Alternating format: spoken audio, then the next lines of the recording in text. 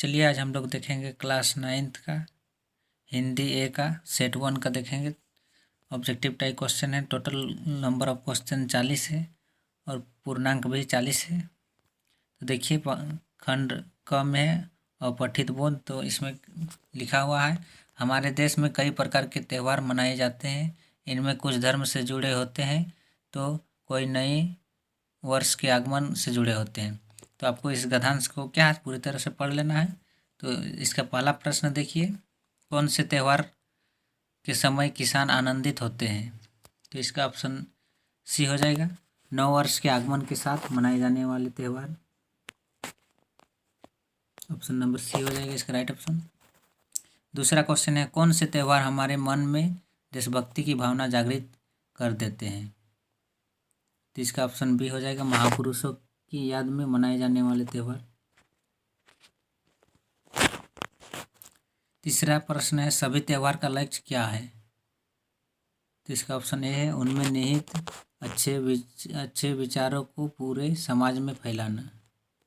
Option A हो जाएगा। चौथा प्रश्न है, गद्यांश के लिए उचित शीर्षक दें। तो इसका ऑप्शन सी हो जाएगा, त्यौहारों का महत्व। पांचवा है, उमंग शब्द का पर्यायवाची है। इसका ऑप्शन बी है, उल्लास। उसके बाद फिर पद्यांश है, उसको पद्यांश को पढ़ना है। 6 से 10 के लिए प्रश्न के लिए है, मैं जब अकेला होता हूँ मुझे मेरी माँ का प्यार याद आता है। तो पद्यांश को पढ़ लेना आप पूरी तरह पढ़ लीजिएगा। उसको छठा प्रश्न है, कवि को अकेले में किसकी याद आती है। तो इसका ऑप्शन ए हो जाएगा, माँ की। 6 का ए हो जाएगा। सातवां में है, नाज नखरे उठाना मुहावरे का अर्थ है। तो इसका है ऑप्शन बी सही हो जाएगा, हर तरह की इच्छा पूरी करना। आठवां है, दूध पिलाते समय माँ कवि को क्या कहती थी। तो इसका ऑप्शन सी हो जाएगा, मेरा बेटा मेरा शेर बनेगा। ऑप्शन सी इसका सही हो जाएगा। 9 नंबर का क्वेश्चन है, कवि के डर जाने पर माँ क्या करती थी। तो इसका ऑप्शन डी हो गया, अपने ममता भरे आंचल में छुपा लेती थी। 10 नंबर का क्वेश्चन है, प्रस्तुत कविता का उचित शीर्षक दें। इसका ऑप्शन ए हो जाएगा, माँ का प्यार। खंड ख में है, व्याकरण है। जो शब्दांश किसी शब्द के पहले जोड़कर उसके अर्थ में परिवर्तन ला देता है उसे खाली स्थान कहते हैं। तो इसका ऑप्शन ए हो जाएगा, उपसर्ग कहा जाता है। 12 नंबर का क्वेश्चन है, सुनारिन शब्द में किस प्रत्यय का प्रयोग हुआ है। तो इसका ऑप्शन सी हो जाएगा, इन। प्रत्यय शब्द के बाद लगता है ना, और उपसर्ग शब्द के पहले लगता है, याद रखिएगा। 13 नंबर का क्वेश्चन है, आकाश का सही पर्यायवाची है। तो इसका ऑप्शन बी हो जाएगा, गगन। 14 नंबर का क्वेश्चन है, सीता आम खाती है वाक्य में ने परसर्ग के प्रयोग से कौन सा परिवर्तन होगा। इसका ऑप्शन बी हो जाएगा, सीता ने आम खाया।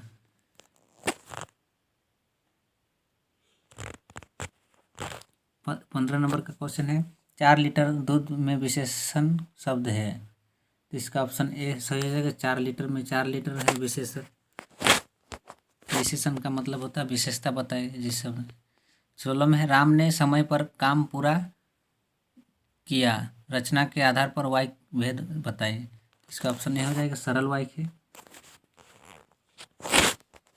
17 नंबर का क्वेश्चन है, मोहन ने कहानी सुनाई और सोहन हंसने लगा, रचना के आधार पर वाक्य के भेद बताइए। इसका ऑप्शन बी हो जाएगा, संयुक्त वाक्य। बीच में और जब लग जाता है तो संयुक्त वाक्य हो जाता है। 18 नंबर का क्वेश्चन है, 9 2 11 होना मुहावरे का सही अर्थ है। तो इसका ऑप्शन सी हो जाएगा, भाग जाना। 19 नंबर का क्वेश्चन है, लड़का अच्छा है, इस वाक्य में वचन बदल देने पर विशेषण पर क्या प्रभाव पड़ेगा। इसका ऑप्शन ए सही हो जाएगा, लड़के अच्छे हैं। 20 नंबर का क्वेश्चन है, विशेषण पद के द्वारा जिसकी विशेषता बताई जाती है उसे क्या कहते हैं। तो इसका ऑप्शन सी सही हो जाएगा, विशेष कहा जाता है इसको। खंड ग में है पाठ्य पुस्तक से। आपका 21 से 30 तक के प्रश्नों में आपका पाठ्य पुस्तक से है। मौको कहाँ ढूंढे बंदे, मैं तो तेरे पास में, ना मैं देवल, ना मैं मस्जिद, ना मैं काबे, ना काबे कैलाश में। तो आप इसको पढ़ लीजिएगा। 21 नंबर का क्वेश्चन है, प्रस्तुत पद के रचनाकार कौन है? तो इसका ऑप्शन ए हो जाएगा, कबीरदास है। 22 में है, मनुष्य किसे ढूंढ रहा है? इसका ऑप्शन डी सही हो जाएगा, ईश्वर को ढूंढ रहा है। 23 में वैराग्य का मतलब है, तो इसका ऑप्शन बी सही हो जाएगा, वैराग्य। 24 में पद में किन दो तीर्थ स्थलों के नाम आए हैं? इसका ऑप्शन बी हो जाएगा, काबा और कैलाश। 25 में है, सब सांसों की श्वास में इन पंक्तियों का क्या अर्थ है? तो इसका ऑप्शन ए हो जाएगा, ईश्वर सभी जीवों में कण कण में रहते हैं। 26 में है, मानसरोवर में कौन विहार करते हैं? तो इसका ऑप्शन बी हो जाएगा, हंस विहार करते हैं। 27 में कबीरदास का जन्म कब और कहाँ हुआ? इसका ऑप्शन ए हो जाएगा, 1398 ईस्वी काशी में हुआ था। 28 में है, इनमें से कबीर की रचनाओं का संग्रह कौन है? इसका ऑप्शन ए हो जाएगा, बीजक। 29 में पखा पखी का क्या अर्थ है? तो इसका ऑप्शन डी सही हो जाएगा, पक्ष विपक्ष। 30 में संसार को किसके समान बताया है? तो इसका ऑप्शन सी हो जाएगा, कुत्ते के समान। फिर गद्यांश है, तो गद्यांश को आप पढ़ लीजिएगा। 31 से 35 तक के प्रश्नों के लिए है। आज दोनों के सामने फिर वही सूखा भूसा लाया गया। तो आपको पता ही होगा ये कौन पाठ से लिया गया है, दो बैलों की कथा से है।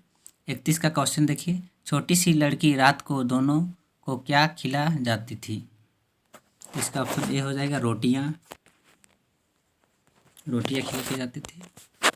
32 में है, लड़की के पिता का क्या नाम था? इसका ऑप्शन सी, भैरव नाम था, सी हो जाएगा।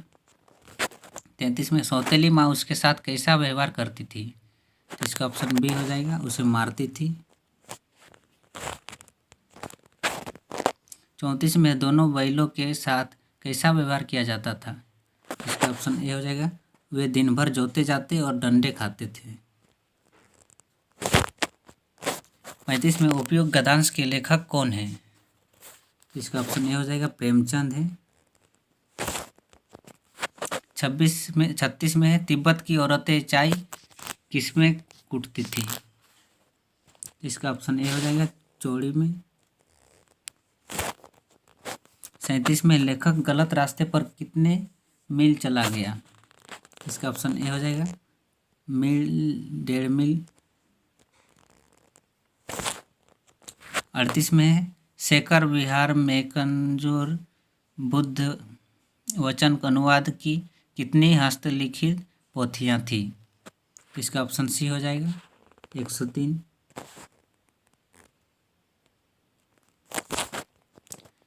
39 नंबर का क्वेश्चन है, लेखक लंगोर के मार्ग में अपने साथियों से किस कारण बिछड़ गया? इसका ऑप्शन सी हो जाएगा, लेखक का घोड़ा धीमी चलने लगा और रास्ता भटक गया। 40 नंबर का क्वेश्चन है, वृंदावन की नदी का सांवला पानी किसकी याद दिलाता है? तो इसका ऑप्शन बी सही हो जाएगा, कृष्ण। तो आई होप आप सभी को ये वीडियो समझ में आया होगा दोस्तों। Thank you for watching. जय हिंद, वंदे मातरम।